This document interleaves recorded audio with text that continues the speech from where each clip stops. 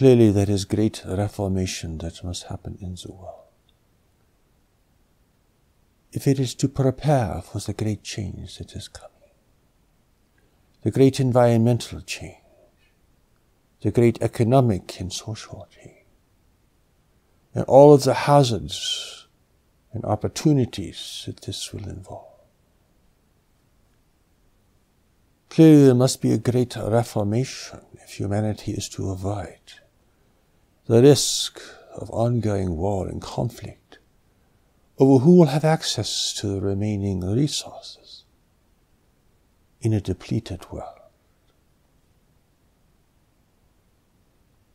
Clearly there is so much that must change and be renewed and redone and restored. Humanity's endless pursuit for growth and consumption must come to an end if it is to establish any real stability in a declining world. And there must be great cooperation between the nations and the peoples in order for real change to be established here. The great reformation in the world that must take place. Humanity stands at the threshold of a universe full of intelligent life. And intervention has already begun, with grave consequences. It is the greatest event in human history, but humanity is unaware and unprepared. This is the outer reformation that is of the paramount importance. It is more important than art or culture. It is more important than simple inventions for the pleasures of humanity. It is more important than anything you can think of, most assuredly. But this outer reformation must accompany an inner reformation, a change of heart, a change of focus and direction, not only for a saintly person here or there, for they will not have the strength to alter the course of humanity. It must happen in the minds and hearts of many. Not everyone, for that is not possible, but for many. That is why God has sent a new revelation into the world, so that this reformation may happen within individuals, to prepare them for a future that will be unlike the past, and so that they may be the great power of good in the world that they were meant to be, each and every one. For God works in the world through individuals, working from the inside out. This is the true evidence of the divine presence and power.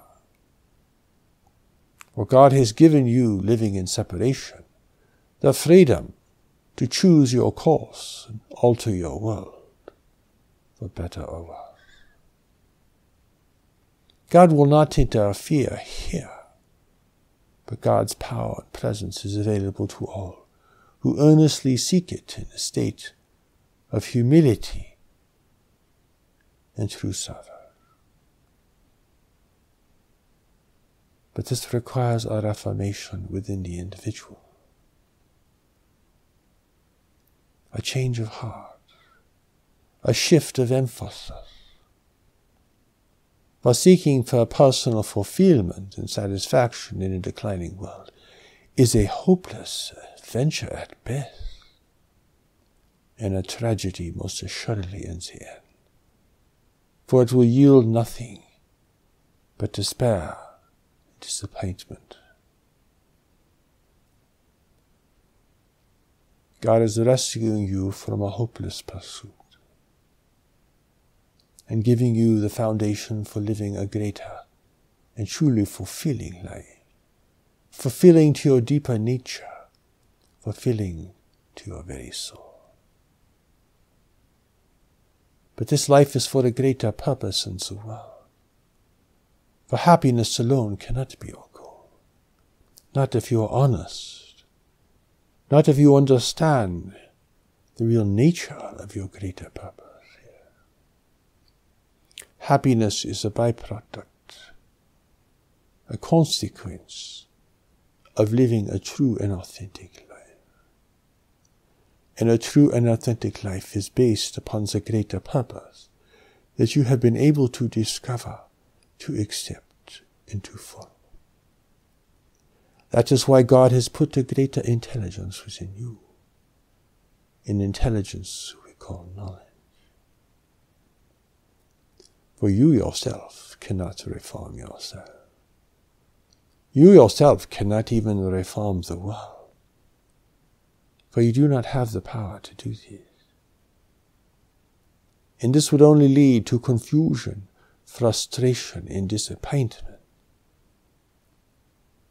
This is why people become so angry with the world, and rebellious, and revolutionary, because they have not been able to find and follow the knowledge that God has placed within them to follow,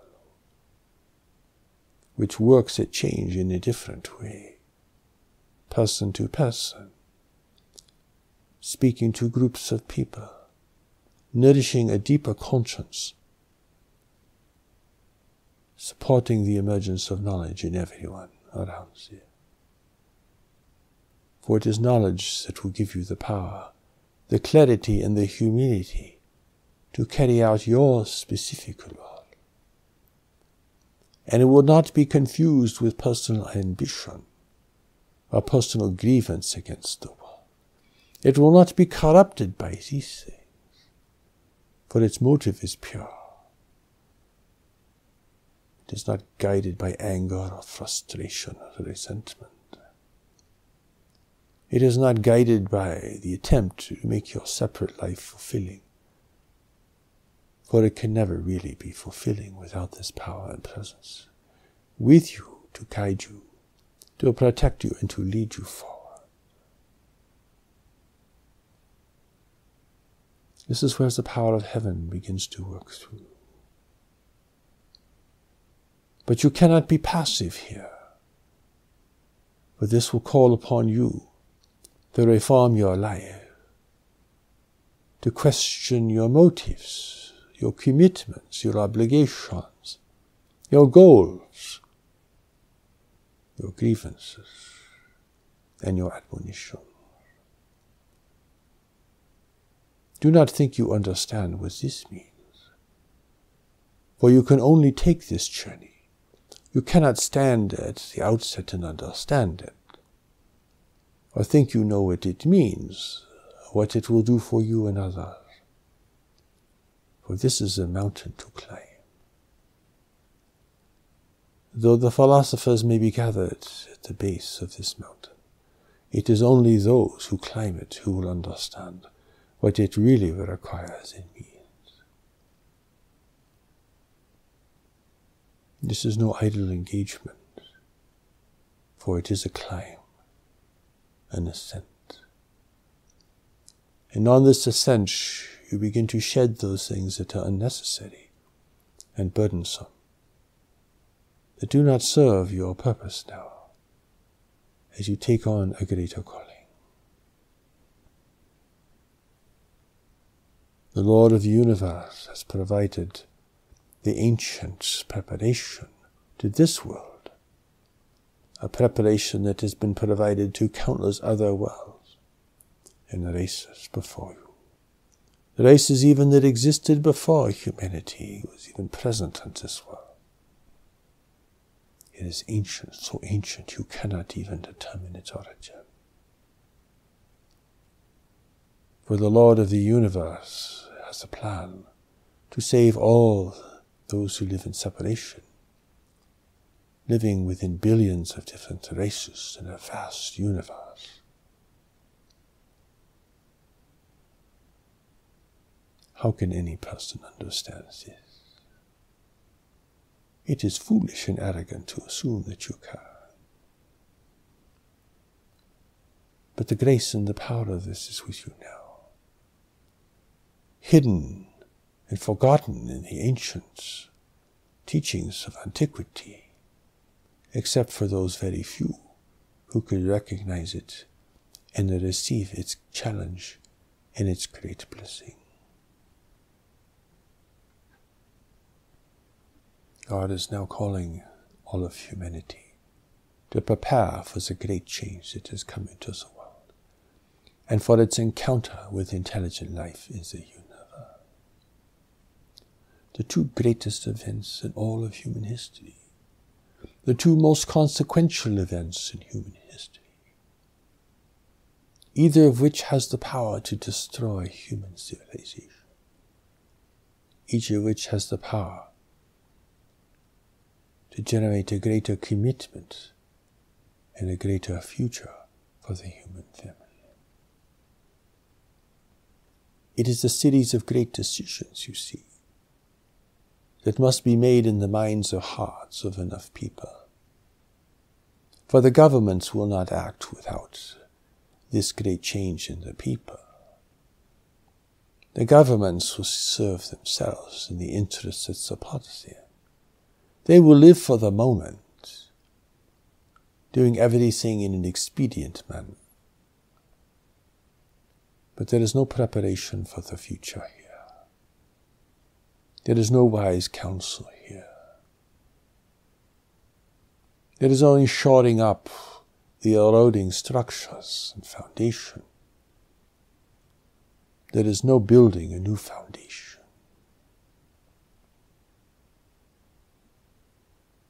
Therefore, the great Reformation must start with you and with others like you who are responding to God's new message for the world. For it alone brings the true clarity of what must be done. Speaking in simple terms, with great clarification and repetition, it brings to you and all others in all nations and tribes the great opportunity to restore the dignity and the power. It is the birthright of each person. Only the will and power of heaven can do this. It is not built upon human ingenuity or cleverness. It even goes beyond the notion of inspiration, for it is indeed the will and power of heaven, speaking now to you directly, in the voice of revelation, preparing you to reform your life so that you may be of greater service in a world whose needs are escalating with each passing day. The need is so great. The urgency is building. You can feel it. It is your restlessness. It is that which calls you to a greater service. It is your impatience with little and foolish things. For your time is precious. Your decisions are consequential. And heaven is calling upon you now to leave aside foolish little things and little resentments and vain pursuits that will only lead you astray and waste your great opportunity for being in the world at this time, under these circumstances. To be called means to be prepared. To be prepared means a great reformation, not only in your outer life, but in your experience of your own nature and destiny. A great shift from living a life of fear and greed and ambition and constant aggravation to one of a deeper purpose, altering your perception, the way you look at all things, the way you respond to difficulties and disappointment, the way you recognize errors and utilize them for your own wisdom and preparation. This is the perfect antidote to guilt and shame and endless regret. For only with this greater sense of purpose can you use the wasted years of your life and turn them into the makings of a greater wisdom, and therefore a greater gift to others. The messenger is in the world. He who has spent 30 years receiving the largest and most complete revelation ever given to the human family. He is a humble man, a simple man, a man without pretense, a man without a lofty position in the world, a man who is strong, courageous, and ethical. But he is an older man now, and you should meet him if you can, and hear his words, for part of the revelation is within him, that only he can pronounce, that only he can express, for his life in the world is part of the revelation. Do not then rail against the world. Do not complain endlessly. Do not shake your head and feel that everything is falling apart or going into disarray. You are not sent here to condemn the world or to be its critic. You are not sent here to complain endlessly about every little thing. You whose life is working so magnificently in so many ways already. This complaining, this despair, this anguish, this anger, this resentment must be transformed into a greater sense of purpose and love for the people, courage, compassion, and patience. This is the Reformation, you see. You cannot do this to yourself, for you need the power of knowledge. It will give you the strength, the direction, and the clarity to make the many decisions you must make that will enable you to turn a real corner in your life. This is how God rescues you from an empty and hopeless existence here. This is how God finds you like a speck on the ocean and brings you to the shore where your life is really meant to be expressed.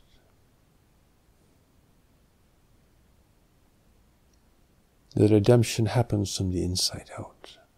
The Reformation happens from the inside out. The world is blessed as you are able to come to terms with your real nature and take stock of where you are now. For what you have to give to the world is more important than your wishes, your hopes, your prayers, your words. It is the demonstration of a greater life that is yours to claim and to prepare for. From this, the power of heaven can move through you to inspire others, to encourage others, to be an antidote and a counterpoint to the growing despair, confusion,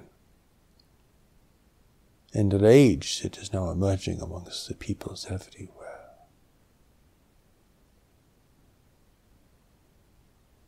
Fear is growing in the world.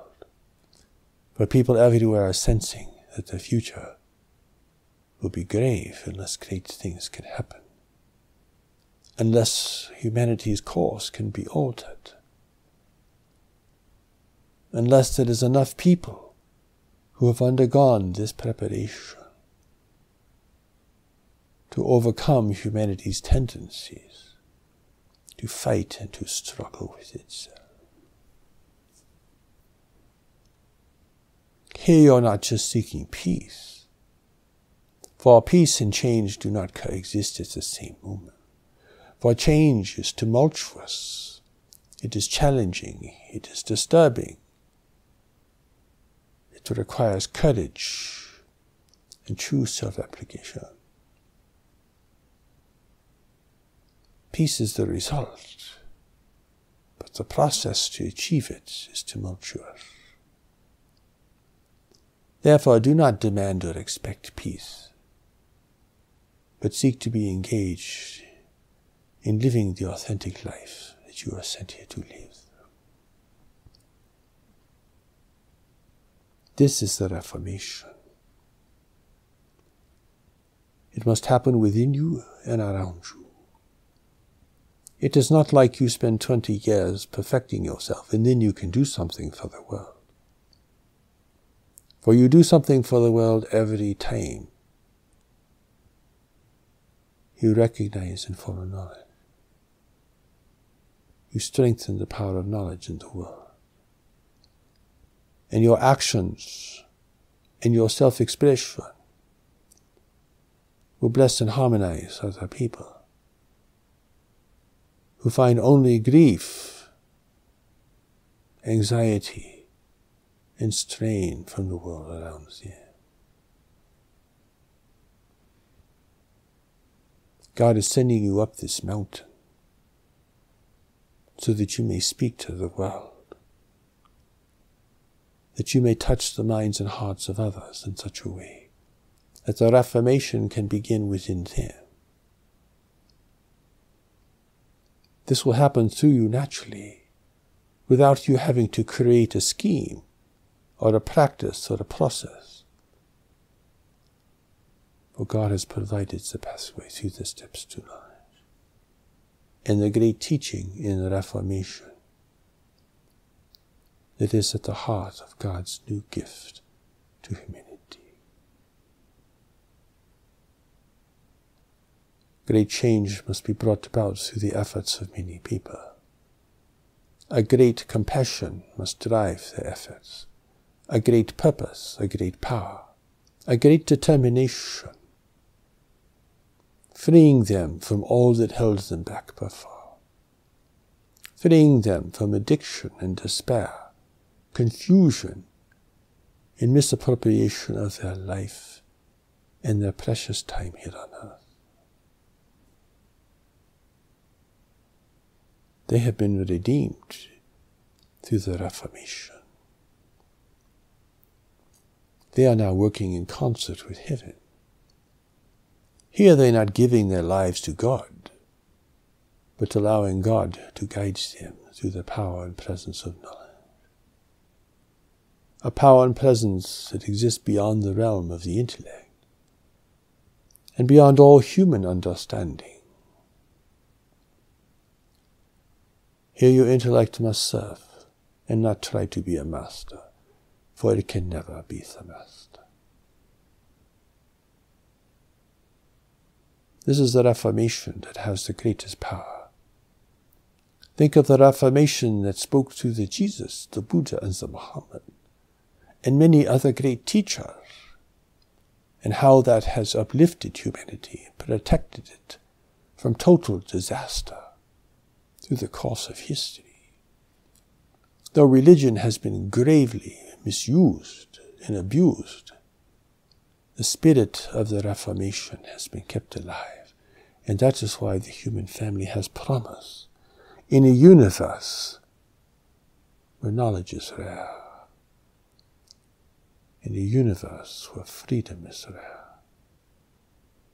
in a universe where humanity, if it can, undergo this great preparation for the new world, has a greater gift to give to many races who live in total bondage.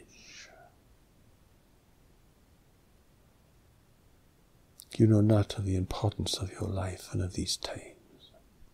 The times are perfect to call you forth from you your greater gifts. Do not condemn them. The situation is perfect. It is why you have come. You did not come here to lie on the beach endlessly and seek pleasure and escape. You came for this greater purpose, this greater rendering of your life. You came for the Reformation.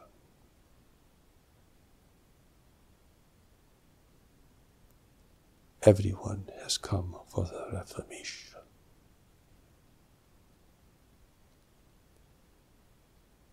May the power of this begin to show you that you are meant for a greater life, and that you cannot create this for yourself. It is not a product of your ingenuity or cleverness. It is something that must naturally emerge within you, and will emerge within you as you take the steps to knowledge, as you are able to see God's great gift to humanity, the great clarification that it brings, the great unity that it calls for, and the great challenges that it reveals now for the very first time.